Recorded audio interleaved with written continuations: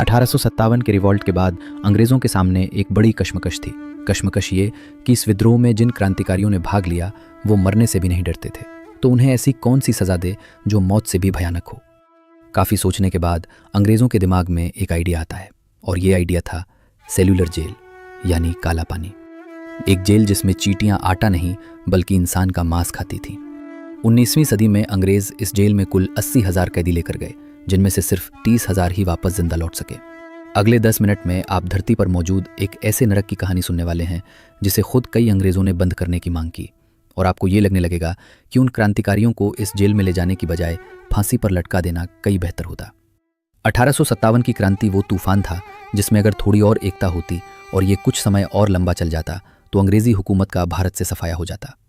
ये बात अंग्रेज़ों को भी पता थी, इसलिए इस विद्रोह के दौरान जिन क्रांतिकारियों को अंग्रेज़ कैद करने में सफल रहे उन्हें वो भारत में रखने का रिस्क नहीं ले सकते थे। इसके लिए उन्हें एक ऐसी ज़मीन की तलाश थी जो भारत से हज़ारों किलोमीटर दूर हो। अंग्रेज़ों की ये तलाश पूरी हुई।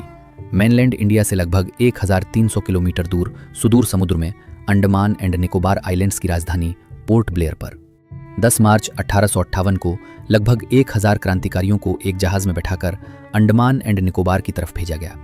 कई दिनों के सफ़र के बाद जब ये लोग उस आइलैंड पर पहुंचे तो वहां पर उनके सामने घने जंगल और जंगली जानवर थे। जहाज से उतरते ही सबसे पहले इन लोगों को जंगल काटने के काम पर लगाया गया। फिर इन कैदियों ने अंग्रेज़ों के रहने के लिए कमरे बनाए। इस काम के दौरान कई बार इन कैदियों को सांप और बिच्छू काट लेते, जिसका इलाज सिर्फ मौत थी। वहां इन लोगों के सर पर छत तक नहीं थी, ये खुले में ज़मीन पर सोते थे, जहां कदम कदम पर मलेरिया और प्लेग जैसी बीमारियां थीं जिनसे ये कैदी बेमौत मरते थे।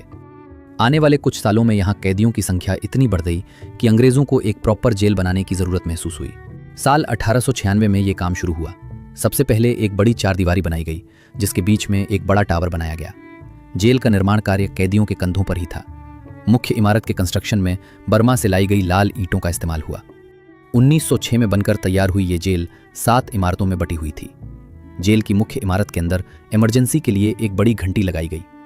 कैदी एक दूसरे के साथ संपर्क न कर सके, इसलिए इन 7 इमारतों में तकरीबन 700 बैरक बनाए गए। कोठारियां इतनी छोटी थी कि एक इंसान ठीक से हाथ पैर भी नहीं फैल सकता था। वो कमरे नहीं, ईंटों से बने ताबूत थे।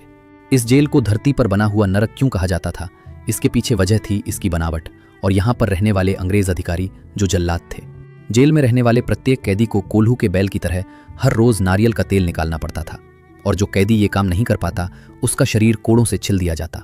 नारियल से तेल निकालने के अलावा इन कैदियों से रस्सी बनवाना, कपड़े सिलवाना और चक्की से आटा पिसाई जैसे काम करवाए जाते। अगर कोई कैदी काम ठीक से नहीं कर पाता तो उसे हथकड़ी से बांधकर एक दीवार के सहारे खड़ा कर दिया जाता, जहां वो कई दिनों तक बैठ नहीं सकता था और न उसे खाने पीने के लिए कुछ मिलता। जेल में सैकड़ों सिक्योरिटी गार्ड थे। गलती करने पर इन कैदियों को ऐसे खुरदुरे कपड़े पहनाए जाते थे जिनसे इनका शरीर बुरी तरह छील जाता था। सोचिए, एक तो गर्मी का मौसम और फिर इस तरह के कपड़ों में कटा फटा शरीर, कितना पीड़ादायक था। इन कपड़ों में ये कैदी हिल भी नहीं सकते थे, और फिर इन घावों से जो रस्सी निकलती थी उसका भी कोई इलाज नहीं था। और उन खुले घावों पर जब जंगल की जहरीली चींटियां चिपक जाती थीं तो कैदी चाहकर भी उन्हें हटा नहीं सकता था। दलक से टॉयलेट की सुविधा भी नहीं थी। कैदियों को 2 तरह की थाली मिलती थी, एक से ये खाना खाते और दूसरी को नहाने धोने और शौच के लिए इस्तेमाल करते। रात के समय इन लोगों को बिना बिस्तर नीचे ज़मीन पर सोना पड़ता था। कई कैदी इन सजाओं से तंग आकर भागने की कोशिश भी करते थे, लेकिन लगभग सभी पकड़े जाते। पकड़े जाने पर इन्हें तड़पा तड़पा कर मारा जाता।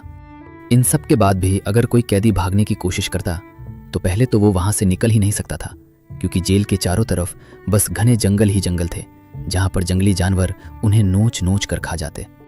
और दूसरी बात यह कि यहाँ से कोई कैदी भागना भी नहीं चाहता था, क्योंकि इस वक्त तक अंग्रेज इन कैदियों की जिंदगी इस कदर नरक बना चुके थे कि अब उनमें जिंदा रहने की इच्छा ही खत्म हो चुकी थी। मार्च 1868 की बात है। जेल में 238 कैदियों ने अपना एक गुट बनाया और जेल से भाग गए, लेकिन जेल से निकलते ही इनमें से कईयों को आदिवासियों ने मार दिया। कुछ ने वापस पकड़े जाने के डर से खुदकुशी कर ली और बाकी वापस पकड़े गए, जिसके बाद जेल अधीक्षक जेम्स वॉल्कर ने 87 कैदियों को फांसी पर लटका दिया। फरवरी 1872 में वायसराय लॉर्ड मेयो जब अंडमान की यात्रा पर थे तब इसी जेल में एक शेर कैद था, शेर अली अरीदी, एक शेर जिसने पिंजरे में रहकर भी शिकारी का शिकार कर दिया। वो कैदी जिसने भारत के सबसे पावरफुल आदमी वायसराय लॉर्ड मेयो को जेल के अंदर ही मौत के घाट उतार दिया, जिसके बाद ये जेल और मशहूर हो गई। शेर अली को फांसी हुई। साल 1872 में यहाँ से 2 कैदी भागने में सफल रहे।